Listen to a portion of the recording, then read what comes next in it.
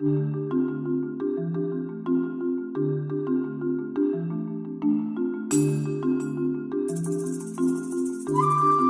this video, we're going to talk about one of my favorite subjects, which is activating genius. And in all my lectures, I've been telling people that we didn't come here for mediocrity.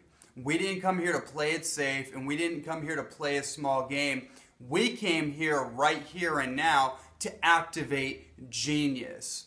And what that means to me, just in a nutshell, is that every single person intrinsically of their own incarnation to this planet contains with them the seeds of genius. And the diet, the food, the lifestyle factors are the fertilizer, are the soil, and the water that we use to actually fertilize those seeds and help them sprout into the magnificent expression of the human being, of the human phenotype, however you want to think about that. But this is about activating genius. And so in this video, we're going to talk about the gut-brain connection.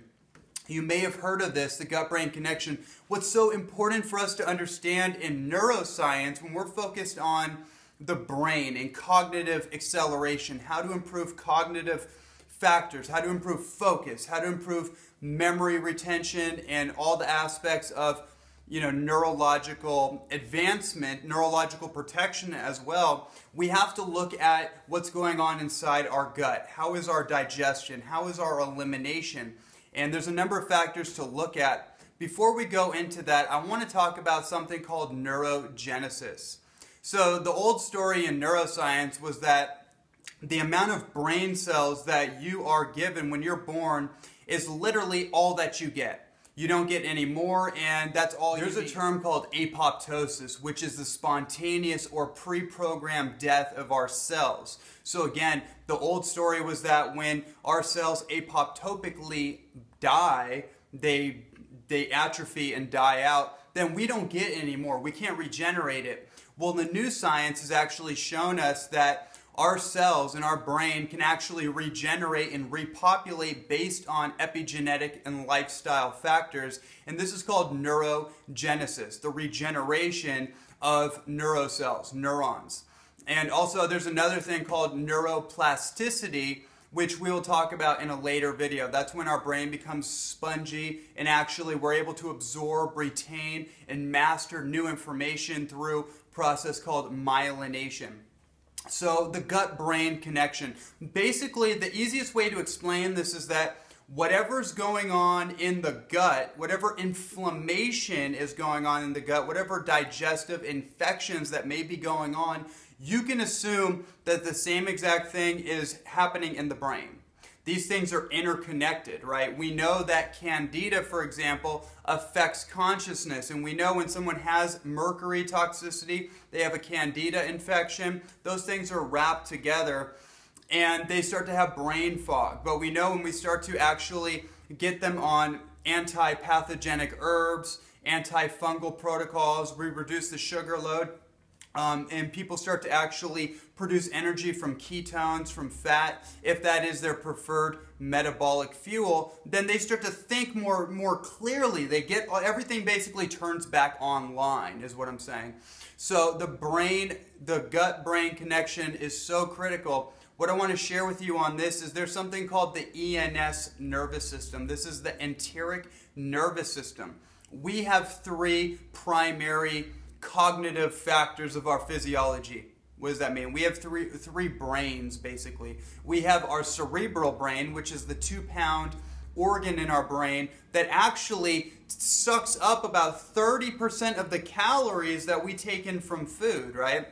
And then we have our cardiovascular intelligence. That's our heart. And if you study the Heart Math Institute, there's an incredible amount of scientific information that is proving that our actual cardiovascular heart, our cardiovascular brain, I like to say, our heart is actually the primary magnetic grid of the body and actually dictates so much of what's going on up here. But really more than that, our enteric nervous system is what's going on in our gut. That's our gut brain.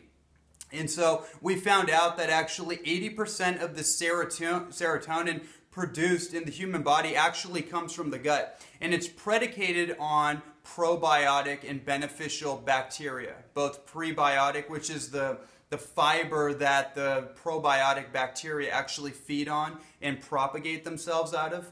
So what I recommend that everyone look into, again, I've said in many videos before this, is probiotic therapy, fermented foods, kefirs, whether they be dairy-based kefir or they be coconut-based kefir. Whatever floats your boat, whatever makes the most sense to you, and whatever is the easiest thing to take action on, I recommend doing that. But I'd also recommend doing all those things in a strategic approach, and you will notice that as you do probiotic therapy, say for example, in the morning when you wake up, you drink your half a liter to liter of water in the morning, and then after that, on your empty stomach, before you eat anything, you do high quality, wide spectrum strain probiotics.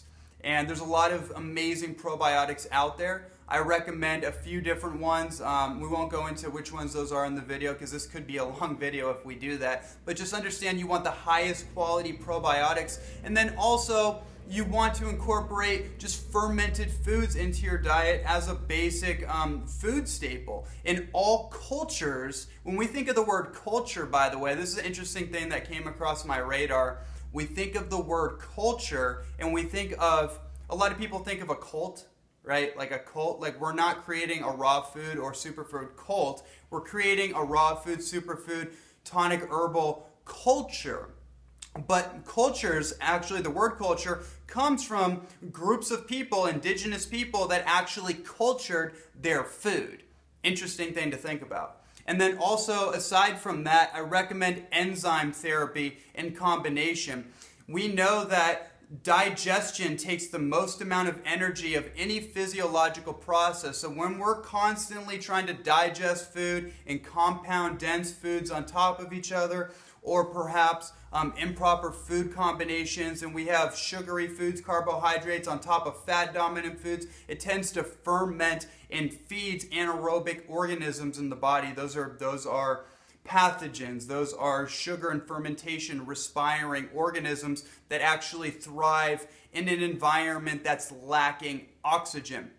So we want to create more oxygen pathways. We want to heal up scar tissue that is present in our vascular system, in the coronary arteries, for example. So we have blood flow circulating throughout the body, and oxygen is getting to the brain, and we're breaking up all the digestive material, all the food residue in the digestive system, so we can create more metabolic energy. And enzymes are powerful for that strategy. So there you go. That's the first formula, the first strategy in the gut-brain connection, and I am encouraging every one of you to take action and activate genius immediately.